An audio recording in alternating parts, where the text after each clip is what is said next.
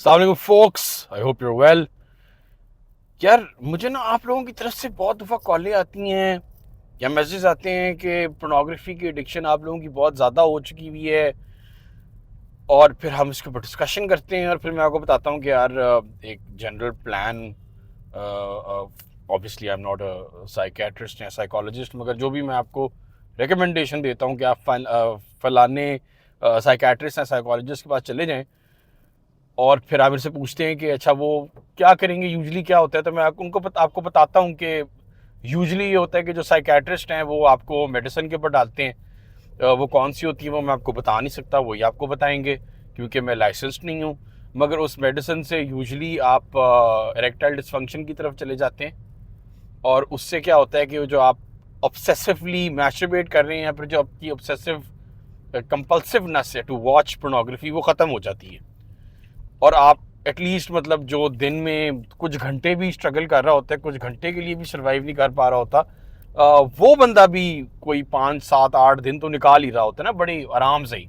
तो यहाँ आपके ऊपर बड़ा आपके काबू आ जाता है, और मीन वाइल आप अपने थेरेपिस्ट के साथ अपना जो पेन पॉइंट है वो डिस्कस कर लेते हैं कि यार एग्जैक्टली क्या वजह है जिसकी वजह से आपकी जो है ना वो या आप कंसेक्टिवली पोर्नोग्राफी देख रहे हैं और मैस्टरबेट कर रहे हैं अपने आप को सूद करने के लिए, तो क्यों है, किस चीज़ से आपको दर्द हो रही है, या फिर आपका पेन पॉइंट क्या है, या फिर ट्रॉमा क्या है, या फिर जो भी इशू है, ठीक है, आपको एड्रेस करते हैं। और वो कई दफ़ा कुछ हफ्ते लग जाते हैं उनको एड्रेस करने में, कोई 5 7 8 सेशंस तो लग ही जाते हैं to sort of figure out, आपको भी ज़रा सेल्फ अवेयरनेस आ जाती है। मगर मसला ये होता है कि जब मैं फ़ोन रखता हूँ तो फिर कुछ महीनों बाद अब फिर आते हैं और फिर मुझे पता चलता है कि आप साइकोलॉजिस्ट और साइकेट्रिस्ट के पास नहीं गए, क्योंकि going to a psychiatrist and psychologist आपके लिए काफ़ी एक महंगा एक्सपीरियंस है। मैं आपको बताना चाहता हूँ कि आई डोंट थिंक पैसों का मसला है। मुझे ऐसे लगता है कि मेन मसला ये है कि आप ज़हनी बीमारी को या बीमारियों को वो अहमियत नहीं देते हैं जो आप एक असल बीमारी को देंगे। आप अगर लेट्स से आपको कैंसर हो जाता है, अल्लाह ना करे, तो आपके पास नहीं भी पैसे होंगे तो आप अपना फ़ोन बेच देंगे, आप अपना लैपटॉप बेच देंगे, आप अपने रिश्तेदारों को फ़ोन करेंगे कि यार मेरी मदद करो, आप अपने फेसबुक पे स्टेटस डालेंगे कि यार मैं आई एम नॉट वेल, मुझे कोई पैसे दे दें, आप हाथ पाँव मारेंगे, आप उसके ऊपर खर्चा करेंगे। एंड उसका तो बहुत खर्चा होता है अस्पतालों में, एक एक दिन की आपको पता है क्या हिसाब किताब होता है, but this as oppose to that psychiatrist को आपने शायद महीने में एक दफ़ा मिलना होता है, वो 5 या 7 हज़ार या 8 हज़ार ले लेता है, और एक बहुत ही अच्छा psychologist will be anywhere between 8,000 and 12,000। तो इट्स नॉट दैट एक्सपेंसिव अगर आप अपनी बीमारी को वाकई बीमारी समझ रहे हैं, बट मुझे ऐसा लगता है आप नहीं समझ रहे हैं। एंड आई अंडरस्टैंड कि थेरेपी में रिजर्वेशंस होती हैं, मेरी भी थी जब पहली दफ़ा बहुत साल पहले मुझे किसी ने सजेस्ट किया, मोर देन 10 years ago, किसी ने मुझे सजेस्ट किया कि यार you need to start therapy, जो आप मुझे अपने मसले बता रहे हो ना वो बहुत गहरे लग रहे हैं। और तो मेरी भी रिजर्वेशन थी, मैंने कहा क्या मैं क्या मतलब क्या ऐसी वो चीज़ कर लेगा जो मैंने अभी तक नहीं की। मैं वीडियोस भी देखता हूँ, मुझे अंदाज़ा भी है मेरा मसला क्या है, बट नहीं, आपको नहीं बताया, आपको नहीं पता कि जो ट्रेंड बंदा है जिसने आप जैसे परेशान एक इशू में मुब्तला एडिक्टेड आदमियों को, आप जैसे 100 150 को देखा हुआ है, या 200 को देखा हुआ है, उससे भी ज़्यादा को देखा हुआ है। फिर उसके ऊपर आप जैसों के ऊपर और मेरे जैसों के ऊपर उसने हमारी नफ्सियात के ऊपर बहुत सारी केस स्टडीज़ भी पढ़ी हुई हैं, तो उसको हर लेवल के ऊपर कोई ना कोई अंदाज़ा है जो आपको नहीं है। And I want to tell you a story कि थेरेपी में हीलिंग कैसे होती है। इट्स अ रियल एग्जांपल कि एक डॉक्टर बता रहे थे, जेन में नाम नहीं है उनका, मैं नीचे कमेंट सेक्शन में वो वीडियो डाल दूंगा जिसमें उन्होंने वो बात बताई है, but it is to sort of explain this to you कि थेरेपी में हीलिंग कैसे होती है, how does it look like. और ऑब्वियसली क्योंकि हर बंदे का मसला अलग होता है, हर बंदे की जो हीलिंग होती है वो अलग तरीके से नज़र आती है, तो आपके साथ भी यही होगा। बट जो जनरल नेचर है वो कैसे होती है, एक होमोसेक्सुअल होता है और वो थेरेपी में उसने थेरेपी स्टार्ट कर दी होती है ना, और उसकी जो रीज़न होती है थेरेपी स्टार्ट करने की वो ये होती है कि आपको पता है गोरे मतलब कुछ ज़्यादा ही नॉन जजमेंटल होते हैं, और आपको पता है उनका वो स्पिरिचुअल अंडरस्टैंडिंग वो गलत सही में ज़रा थोड़ा वो उसमें ज़रा कम मानते हैं, और इस चीज़ में ज़्यादा मानते हैं कि अगर मैं ये चीज़ महसूस कर रहा हूँ या कर रही हूँ तो मुझे फिर ये करना है, मुझे यही करना है, मुझे इसी रास्ते के ऊपर जाना है, मुझे और किसी रास्ते पे नहीं जाना, क्योंकि मैं यही हूँ, मेरा ओरिजिनल मैं ओरिजिनली यही हूँ, मुझे अपने आप को एक्सेप्ट करना है। बट अब वो एक ऐसी स्टेज पे आ गया हुआ था कि उसका बॉयफ्रेंड, क्योंकि वो होमोसेक्सुअल था इसलिए उसका बॉयफ्रेंड था, उसका जो बॉयफ्रेंड था वो उसको एक लेटेक्स चेम्बर में डालता था और फिर उसको वैक्यूम करता था। और जब वो जो मुर्गियां देखी आपने, वो जो प्लास्टिक के अंदर वैक्यूम होके मार्केट में लगी होती है, बिल्कुल उनके प्लास्टिक उनके इर्द गिर्द चिपका होता है और वैक्यूम से उनके वहाँ सारी अंदर से एयर सक आउट हुई होती है। तो जब वो बिल्कुल उसके एयर उसके उस चेम्बर के अंदर से सक आउट हो जाती थी और उसको वो चोक करना शुरू कर देता था, तो वो उस पॉइंट पे जाके ऑर्गेज़म करता था। वो वैसे ऑर्गेज़म कर ही नहीं पाता था, और उसकी भी रूह उसको ये बताना शुरू हो गई थी कि ये जो भी है ये नॉर्मल नहीं है, ये एक एबनॉर्मल बिहेवियर है और ये किसी ट्रॉमा से स्टेम आउट होता है, और अब हेल्प चाहिए इस बंदे को, ठीक है। सो वो काफ़ी देर सेशन में रहता है, और सेशन के ऊपर सेशन, और एक बड़ी इंटरेस्टिंग चीज़ उसके साथ शायद ये भी होती है कि वो कंप्लीट होमोसेक्सुअल, उससे भी वो बाइसेक्सुअलिटी की तरफ भी जाना शुरू हो जाता है, उसका एक स्ट्रेट होना भी साथ में, जैसे जैसे उसकी हीलिंग होती है वो वापस रिटर्न होना शुरू हो जाती है। मगर जो उसका ये ऑर्गेज़म वाला सीन होता है जिससे वो बहुत एडिक्टिव होता है, बहुत कंपल्सिवनेस होती है, वो उसका एक सेशन में गायब हो जाता है। और उस सेशन में ये इंकशाफ होता है कि जब वो 9-10 साल का होता है, जब वो बिल्कुल प्यूबर्टी की बिल्कुल वो उसके ऊपर होता है, उसकी स्टार्ट हो चुकी होती है या होने वाली होती है, तो वो विटनेस करता है अपनी माँ की डेथ को। और वो उसकी माँ की डेथ, उसकी वालदा की डेथ इस तरह होती है कि वो शख्स जो है वो किचन में एंटर करता है, तो उसकी माँ का जो सर है वो अवन के अंदर होता है, बॉडी बाहर होती है, और वो चोक करके उसकी फौतगी हो चुकी होती है, ठीक है। और उसको वो इतना, वो कई दफ़ा वो ये इंसान बाय द वे बड़ा नॉर्मल है, स्पेशली मर्दों में, मुझे औरतों का इतना पता नहीं है, तो मैं अगेन कभी भी औरतों का वर्ड यूज़ नहीं करता हूँ, उनके साथ भी होता होगा, मुझे नहीं पता, मैं इतना उनके बारे में पढ़ता नहीं। मगर मर्दों में मैंने नोट किया कि वो जब एक्सट्रीम लेवल ऑफ पेन या स्ट्रेस या ट्रॉमा से गुजरते हैं, जो हमारी अब आम आवाम गुजरती है, तो वो उसको सेक्सुअलाइज कर लेते हैं। इसलिए हमारी आम आवाम में पोर्नोग्राफी बड़ी कॉमन है, और जनरली ग्लोबली अब सेक्सुअल एडिक्शन का बड़ा मसला है। यहाँ तक कि मैं किसी एक साइकेट्रिस्ट के पास बैठा हुआ था जो मर्द था, और मैं बड़ा डिसअपॉइंट हुआ क्योंकि उसने एक जोक मारा। उसने कहा जी 99% मर्द मैस्टरबेट करते हैं और पोर्नोग्राफी देखते हैं, और वो जो 1% हैं जो नहीं देखते वो झूठ बोलते हैं, वो भी देखते हैं। और वो बड़ा बड़ा हंसे इस बात के ऊपर, एंड दैट्स बिकॉज, और मैं डिसअपॉइंट इसलिए हुआ क्योंकि मर्द की हमने इस चीज़ को नॉर्मल कर लिया हुआ है कि यार ये पोर्नोग्राफी और ये सब कुछ नॉर्मलाइज्ड होगी, और ये इसी तरह होती है, और ये ऐसी ही रहती है, और ये it's okay, this is a part of whatever. But let me tell you, this is a sign of trauma and addiction. ज़रूरी नहीं है कि आपको भी ट्रॉमा ही हो, एडिक्शन होती है। बहरहाल एनीवे, जब वो एकदम से उसको रियलाइज होता है, तो लिटरली एक दिन में वो उसके अगले दिन ही doesn't want to orgasm that way any more, वो नॉर्मल तरीके से ऑर्गेज़म करता है, और ऐसे लगता उसको फील होता है कि वो कोई चीज़ थी जिसने उसको लॉक किया हुआ था और वो अनलॉक हो गई है, and now he can be more normal toward things.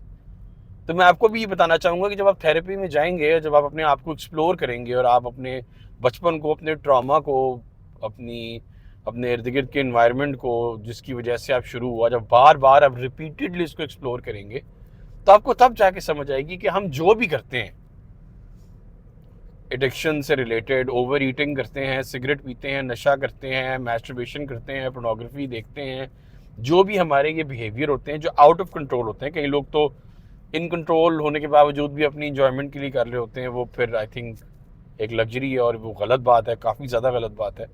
But मैं उनकी बात कर रहा हूँ जो रात दिन कोशिश करते हैं, but they can't really get a result out of it. जब आप फिगर आउट करेंगे, आपको समझ आएगा कि ये कहाँ से स्टार्ट हुई, और आपको every time you will heal, you will understand कि यार हीलिंग हो रही है।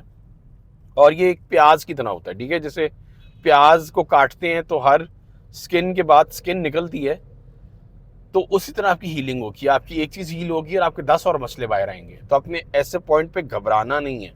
आपने ये नहीं सोचना कि यार ये तो और मसले आते जा रहे हैं। नहीं, the more you heal the more your life will flow. ठीक है, I know this because I have healed lot. और मैं अब सोचता हूँ अपने पास्ट में जाके कि यार मुझे इस चीज़ की भी एडिक्शन थी, उस चीज़ की एडिक्शन थी, और आज मेरा दिल भी नहीं करता। लिटरली मुझे अपना ही पास्ट मैं देख के अपने आप को जज कर रहा होता हूँ कि मैं कितना अजीब सा आदमी था। बट आप अजीब नहीं होते जब आप कांस्टेंट पेन में होते हो ना। और वो पीटीएसडी की तरह होता है कि इवेंट तो बहुत साल पहले हुआ होता है, मगर आपके जो उसकी जो दर्द है, उसकी जो इमोशनल पेन है, वो आपको अभी भी फील हो रही होती है। और क्योंकि वो इतने सालों से आपकी फील हो रही होती है, तो वो एक नेचुरल इन्वायरमेंट बन जाती है। आपको पता ही नहीं होता आप दर्द में हैं जब तक आप दर्द से बाहर नहीं निकलते। जब आपकी पहली दफा हीलिंग होती है, आप दर्द से बाहर निकलते हैं और आपके शोल्डर्स ड्रॉप करते हैं और आप एक लंबी सांस लेते हैं और आप सुकून में आते हैं। और जब आप सुकून में आते हैं तो वो जितनी भी आपकी एडिक्शंस होती हैं, उसकी जो एकदम से रिक्वायरमेंट होती है, वो नीचे गिर जाती है। तो आप कहते हो कि यार आई हैव हील्ड, अल्हम्दुलिल्लाह, अल्लाह ताला ने मुझे हीलिंग दी है। ये तो बड़ी ज़बरदस्त बात है। And that's when you start understanding कि हीलिंग इज़ वेरी इंपॉर्टेंट। और in the long run you will actually see कि जो थेरेपी पे आपने पैसे स्पेंड किए हैं, वो बड़े कम पैसे हैं, वो एक्चुअली कुछ ज़्यादा पैसे नहीं हैं। आपको आपकी ज़िंदगी की स्मूथनेस बढ़ गई है, आप ज़िंदगी में स्ट्रेस ज़्यादा ले सकते हैं। क्यों? क्योंकि आपका जो बुनियादी कॉन्स्टेंटली आप एक पेन की इन्वायरमेंट था, उससे निकल गए हैं। तो आप बीमार कम होते हैं, आप जिम में ज़्यादा वक्त गुजार सकते हैं, आपकी नींद आपको कम आती है, आपके मोटिवेशनल लेवल्स बड़े ज़बरदस्त हो जाते हैं। So please go for therapy. मैं आई अंडरस्टैंड कि मैं साइकोलॉजिकल मुझे बड़ी साइकोलॉजी बहुत अच्छी लगती है, मुझे नफ्सियात बड़ी इंटरेस्टिंग लगती हैं। मुझे इंटेलिजेंस बड़ी अच्छी लगती है कि ह्यूमन की इंटेलिजेंस क्या होती है और ट्रॉमा क्या कर सकता है। तो मैं इस चीज़ों के बारे में बात करता हूँ ना, आप फिर मेरे से रीच आउट करते हैं। मुझे अच्छा लगता है कि आप अपनी बहुत पर्सनल बात, अपने बहुत सारे पेन पॉइंट्स मुझे बताते हैं। मगर मैं पहले भी क्लैरिफाई कर चुका हूँ, आई थिंक इस वीडियो के शुरू में भी पहले क्लैरिफाई किया है, और मैं हमेशा क्लैरिफाई करता हूँ। मैं फिर से आपको क्लैरिफाई कर देता हूँ, मैं साइकोलॉजिस्ट या साइकेट्रिस्ट नहीं हूँ। आपको एक साइकोलॉजिस्ट और साइकेट्रिस्ट के पास जाना पड़ेगा। हाँ, I can help you make a plan, I can help you connect with the right therapist, we can talk about things that can sort of calm you down. मगर मैं आपकी हेल्प नहीं कर सकता, और आपको एक साइकोलॉजिस्ट और साइकेट्रिस्ट भी हेल्प नहीं कर पाएगा अगर आपके अंदर एक ऑब्सेसिवनेस नहीं है कि मुझे अपने आप को एक बेहतर इंसान बनाना है। अगर आप अपनी बीमारी को, अपनी एडिक्शन को, यार मैं बड़े लोगों को जानता हूँ इस तरह, क्योंकि अगेन मैं उनकी तरह रहा हूँ ना, मैं वो मेरे दोस्त रहे हुए हैं। होते हैं जैसे मैं जब बनाए कुछ थिंग्स, तो मैंने अपने दोस्त को कहा, मैं कहा यार तू जॉइंट पॉइंट छोड़ दे। कहता है यार क्या पूरा दिन गुजार के अगर मैं रात को अपनी सारी 5 वक्त की नमाजें पूरी करके इशा के बाद एक जॉइंट पी लेता तो क्या है। और मुझे रियलाइज हुआ कि यार वो अपने आप को एक हायर स्टैंडर्ड के ऊपर होल्ड ही नहीं करना चाहता। वो चाहता ही नहीं है कि वो बस एक कंफर्ट जोन में है। वो अल्लाह ने उसको शायद कोई प्रोटेक्शन दी हुई है कि वो इससे ज़्यादा भी कोई आगे एडिक्ट नहीं हो रहा, वो इससे कम भी कोई एडिक्ट नहीं हो रहा, तो he is happy about it. But ये मेरा मयार नहीं है। दिस इज़ नॉट समथिंग जो यार ये मुझे गाड़ी वाला मार ना दे। हाँ, ये this is not, I want to do better, I want to quit smoking completely, I wanted to do that. और आज भी मैं अपने आप से खुश नहीं हूँ, अपने आप से मुतमिन नहीं हूँ। मुझे लगता है मैं और बेहतर कर सकता हूँ। मैं currently food addiction, not of a very massive scale, अब मेरी एडिक्शन कम हो गई है, बट मैं एक फूड एडिक्शन जो है मैं उसको बैटल कर रहा हूँ डे इन डे आउट। उसके लिए भी थेरेपी पे जाता हूँ। सो अब जब ये वाला स्टेज क्रॉस हो जाएगा, so I would probably go to the next stage इंशाल्लाह। But I am just saying keep improving, keep becoming better, क्योंकि जब आप बेहतर होते हैं तो आप जनरेशनल ट्रॉमास ख़त्म करते हैं। जब आप बेहतर होते हैं तो आपकी बीवी, आपके बच्चों के ऊपर उसका इम्पैक्ट आता है, आपकी कम्युनिटी के ऊपर आप इम्पैक्ट आता है, आपकी नमाजें बेहतर हो जाती हैं। अगर आप मुसलमान हैं और सुन रहे हैं तो आपका स्पिरिचुअल कनेक्शन खुदा के साथ ज़्यादा स्मूथ आउट हो जाता है। आपको गलत और सही फैसले में उसको फ़र्क करना आपको नज़र आ जाता है। आप जब मेरी उम्र पे आते हैं और आप शादीशुदा होते हैं और आप इन कंट्रोल होते हैं ऑफ अ सिचुएशन, आप अपने आप को ट्रस्ट कर सकते हैं कि यार मैं गलत काम नहीं करूँगा कोई, क्यों? क्योंकि मेरा जिस्म और मेरी जहनीत और मेरी सोच मेरे काबू में, और मुझे इसको काबू करना मेरे लिए कोई मुश्किल काम नहीं है। तो you feel very proud of yourself, and this is the point that I would want you, I would advise you to sort of reach. आपने at the end it will be your decision. जब आप 50, 60, 70 साल के होंगे तो you will look back, you will say कि यार हाँ मैंने इट्स जस्ट अबाउट आपकी कितनी एम्बिशन है। आपने वो जो इकबाल का शाहीन होता है, आपने कितना ऊंचा उड़ना है यार, ये आपके ऊपर है। अगर आप खुश हैं कि आप एक पहले फ्लोर के ऊपर ही उड़ रहे हैं तो वो फिर आप ही की खुशी है। मैं तो आपको बड़ा ख्वाब नहीं दिखा सकता ना बॉस, ख्वाब तो सर आप ही का ही है ना एंड में। But thank you very much for listening to my rant. I'll see you guys soon. Allah Hafiz.